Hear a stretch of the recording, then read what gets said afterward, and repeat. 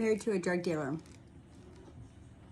Yesterday, I was reminded of a situation in my life that happened when I was with the drug dealer. I even told this story here before. Thought I was over it, but I'm not over it. When I moved to North Charleston, South Carolina, I moved next to a place that was full of drugs and gangs and prostitutes and sex trafficking.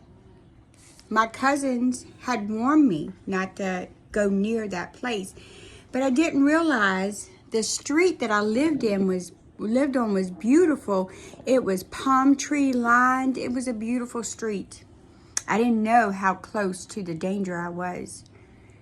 My husband, the drug dealer, went to work, and I needed to make a phone call. Before cell phones, didn't have a house phone. I had just moved in. I walked a half a block around to a payphone. While I was there, two men stopped what they were doing working to stare at me. A older man in a truck kept going back and forth, back and forth, back and forth, watching me. And then a white van pulled up and went by me real slow. And I thought, oh, God help me. God help me. I had my daughter, who was about 16 months old, in my arms. I had her with me by myself. No protection whatsoever. Just me and some flip-flops and my daughter. When that white van went by and the truck kept circling back to watch me, I prayed. I said, God help me. And I walked as fast as those flip-flops would allow me to go to get home. The white van came back behind me and pulled up to me, rolled the window down, yelling at me, hey, come here. I need help. Do you have directions? Do you know where this is? Do you know where this place is? No, I don't. So he wouldn't leave. He was stalking me. I could have easily been taken. I don't know what they would have done with my daughter. I would have been sex trafficked. I thought I was over that, but it still gives me anxiety when I think about that. I was able to run to a nearby neighbor's who was out in the yard and pretended like I knew them. The white van slowly went back.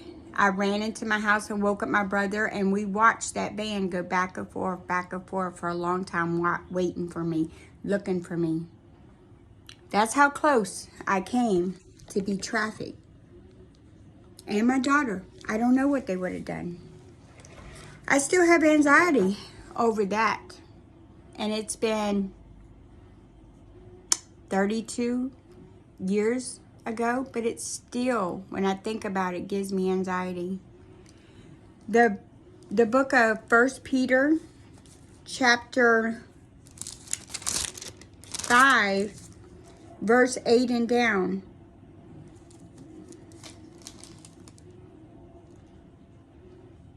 No, verse 7 and down. Casting all your cares upon him, for he cares for you. Be sober and vigilant, because your adversary, the devil, walks around like a roaring lion, seeking whom he may devour. Resist him, steadfast in the faith, knowing that the same sufferings are experienced by your brotherhood in the world. The book of Psalms, chapter 55, verse 22 says, cast your burdens on the Lord, and he shall sustain you. He shall never permit the righteous to be moved. There's anxieties in this world. There's suffering. I know you have anxiety, especially now at Christmas time. There's a lot of anxiety. There's P.T.S.D. I get that. I suffer for that when I think about those things. But when they come up and they start crippling me, this P.T.S.D. starts crippling me, and I just can't move. Immediately I have to give it to the Lord. No, that ain't mine. I'm not going to replay that in my mind and my heart again. You have to constantly give those things to the Lord. And when they come up 30 years from now, give it to the Lord, because God cares for us. I know you got anxiety, but give it to the Lord today.